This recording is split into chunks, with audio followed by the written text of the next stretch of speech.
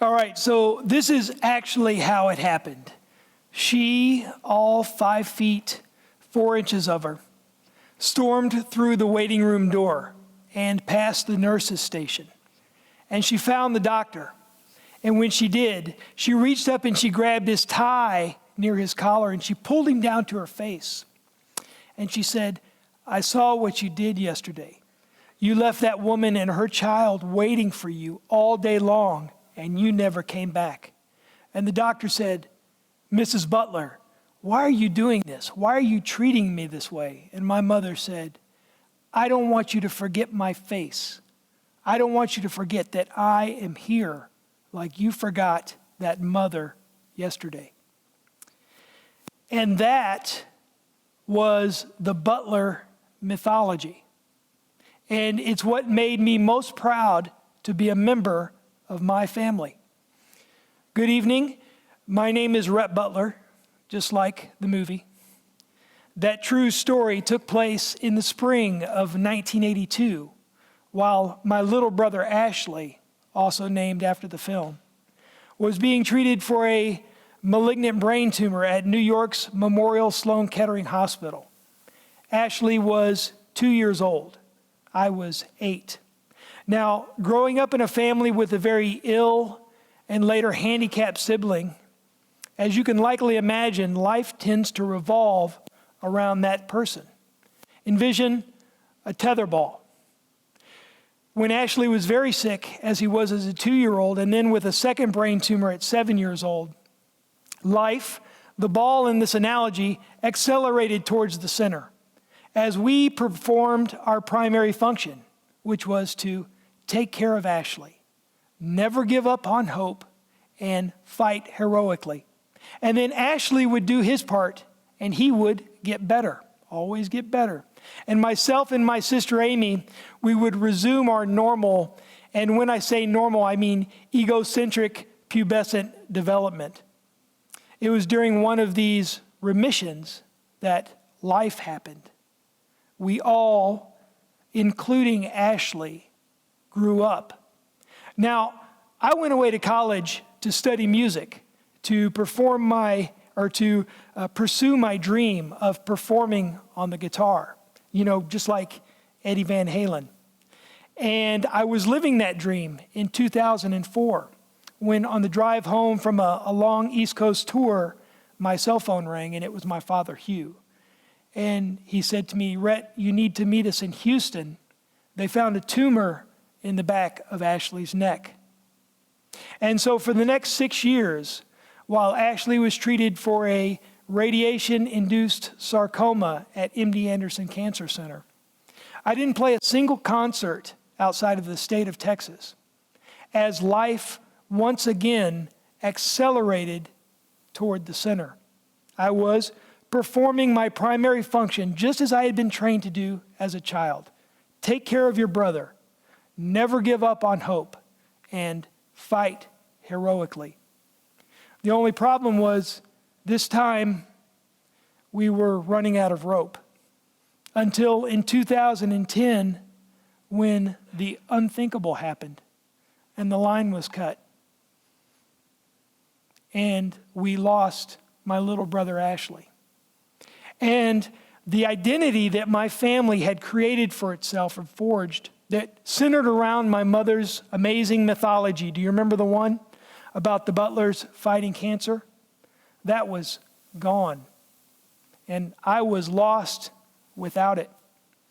And so when one of my little brother's doctors recommended that I go to medical school, what could I say? The truth is, I tried to argue with you. I said, Dr. Wilbur, by the time I finish all of the training that it's going to take for me to do the only job that I would want to do as a doctor, which is to take care of people like my brother, to take care of people with cancer, I told him, I'll be 50 years old.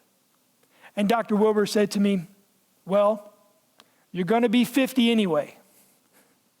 He said, "The question is, what do you want to be doing when you're 50? Now, my mother, Cindy, certainly one of the greatest cancer fighters of all time, for the life of her, could not understand why I wanted to be involved with cancer again when I didn't have to.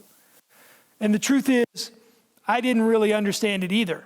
I just thought that I was supposed to be the hero, just as she had been so many times before.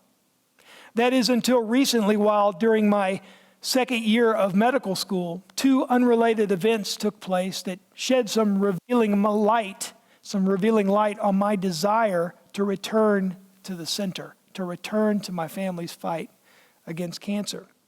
The first was when a guest lecturer, Dr. Corey Pollard, who is the chief compliance officer for a major hospital here in College Station, Texas, came to speak to our class.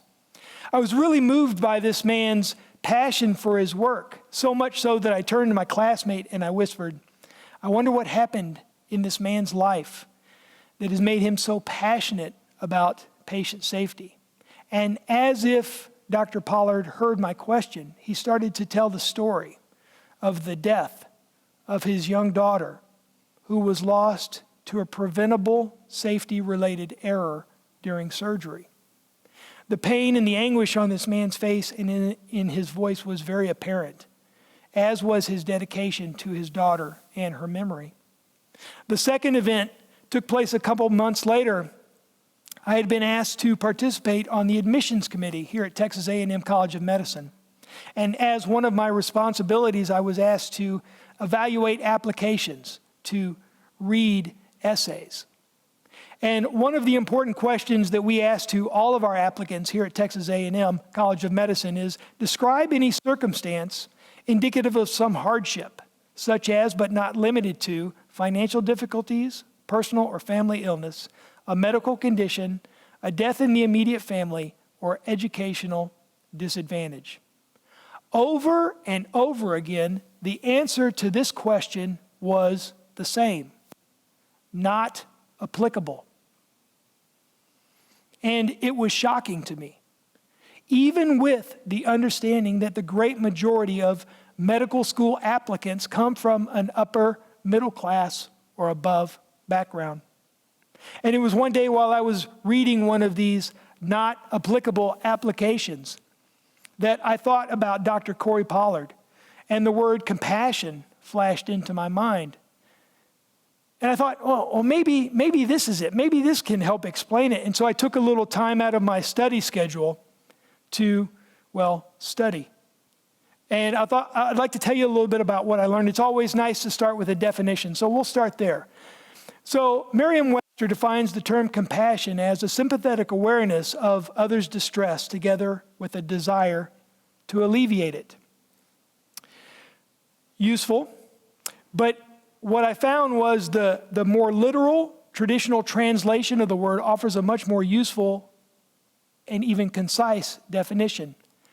The root of passion comes from the Latin pati, which is to suffer, and is most closely associated with the Christian tradition of the suffering and the death of Jesus Christ.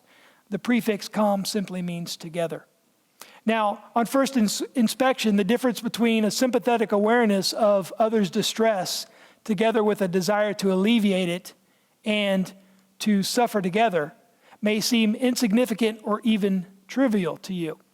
But a closer inspection reveals an important distinction as it pertains to the person feeling compassion for someone else. Specifically, in the second, more literal translation, the person feeling compassion for someone else has taken a more active role in sharing the suffering, and now presumably seeks to relieve that suffering, not only for the sufferer, but for him or herself as well. And so the question then is, what is suffering? And a quick glance down that rabbit hole, which is really all we have time for this evening, is that suffering is universal to the mortal condition, meaning that the root of all suffering is likely related to the fact that our time in this plane of existence is not permanent. Regardless, what is true and what everybody in this room knows is that everyone, including the not applicable medical school applicant, suffers or will suffer. And it's the ability and the sharing of that suffering that connects humans in ways that are undocumented anywhere else in nature. And a prevailing explanation as to why humans have evolved to feel this profound compassion is related to the size of the human brain and the long period of time that the human infant spends in close proximity to other members of its species. You see, to accommodate this large brain, the human infant skull is large relative to the rest of its body, requiring the child to spend much more time in close contact with other members of its species for protection. Usually, who? Its mother. So in summary, we're more connected because it has offered us an evolutionary advantage. And so what I'd like to do is I'd like to sum all of that up into one sentence that includes some science, philosophy, and religion. Okay, are you ready for this? If the Buddha was correct in his assessment that all of life is suffering, a completely untestable statement that nonetheless seems reasonable, then the human evolutionary path was to suffer together. And since this is the literal definition of the word, humans have evolved through compassion. Now, a little bit of full disclosure, this red circle that I'm standing in right now, it's a little bit of a trap. You see, you want to come up here and you want to say something really inspirational and have everybody thinking, but you can quickly get lost in the big academic ideas. So instead, let me just tell you what all of that meant to me. What I realized is that the compulsion that I had had to return to the fight against cancer was much more hardwired than I had expected. Meaning it had far less to do with that amazing Butler mythology than I would have hoped. And the moment that I realized that, I started recognizing examples of suffering people who were suffering together to create beautiful outcomes. And while I was preparing for this talk this evening, I compiled a list of examples to share with you, but one above all stood out. And since the architects of that story are here with us this evening, I thought I would share it with you in a little bit of detail. When Liam Nixon's mother, Cheryl, decided to discontinue therapy for late-stage colon cancer, her family was devastated. One of the family's biggest disappointments was that Cheryl would not survive to celebrate her birthday, Thanksgiving, and Christmas with her newly born grandson, Liam. Recognizing that the end was near, Brian, Leah's husband, and now current classmate of mine here at Texas A&M College of Medicine, asked the hospice manager if he would allow him to decorate the hospice house for the holiday seasons. Now, the hospice manager agreed, not fully understanding who he was dealing with. You see, similarly to Clark Griswold, Brian believes that his house should be seen from space. And so, indeed, Brian did decorate the hospice house for the holidays, but the Nixons didn't stop there. On Monday, they celebrated Halloween, and they called it trick-or-treating in reverse. It's a procedure where costumed children delivered candy door to door to the patients. On Thursday, of course, they celebrated Thanksgiving by preparing a turkey feast in the cafeteria. And the Nixons invited the patients' families, and the staff to celebrate with them. That very night, Brian made 2 trips to his storage shed. Hopefully you can understand the significance of someone who has to rent storage space just for his holiday decorations. That next morning, the patients in the hospice house woke up to a winter wonderland in Savannah, Georgia, in July. This is Cheryl and Liam. Beautiful, isn't it? Over the course of this evening, you have heard many inspiring stories and examples of people from different backgrounds coming together to make something beautiful. As you are thinking about those stories after you leave tonight, I would ask that you think not only of the differences of the people in those examples and those stories, but also importantly, very importantly, what they have in common. You see, it's often that commonality that will unite people under a banner, and then the diversity of experiences within that group that will lead to the idea that makes the impact. This evening, I'm speaking with you about something that is shared amongst all of us, is universal amongst humans, and as I have found, is an important catalyst for altruism and change. I believe that great beauty often comes from great suffering. And I see it very clearly in the relationship between my two young sons, Owen and Clark, 8 and 5. They are the living embodiment of the bond that I shared with my little brother Ashley, as they have learned the lessons that Ashley's struggle left with me, with my wife, and the rest of our family. You might see it in the suffering of a friend. You might see it in the suffering of a parent, and you might see it in the suffering of a neighbor, or you might see it in the suffering of a lover. But think about it. In all cases, it's shared. We are designed, be it by whatever explanation fits your religion, your ideology, your articles of faith, or your convictions, to suffer together. And so, when that suffering comes, and it will, and as you are picking yourself up off of the floor, remember to take just a moment to embrace that pain. But why would you do that? Why would you want to embrace that pain?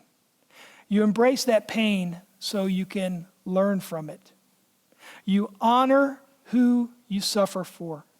You honor what you sacrifice for. Then you recognize that you suffer today because one day in your not too distant future, you will be called on to suffer with someone else, to demonstrate your compassion, to help relieve their suffering, and maybe, I don't know, just maybe change the world in the process. Thank you for your attention.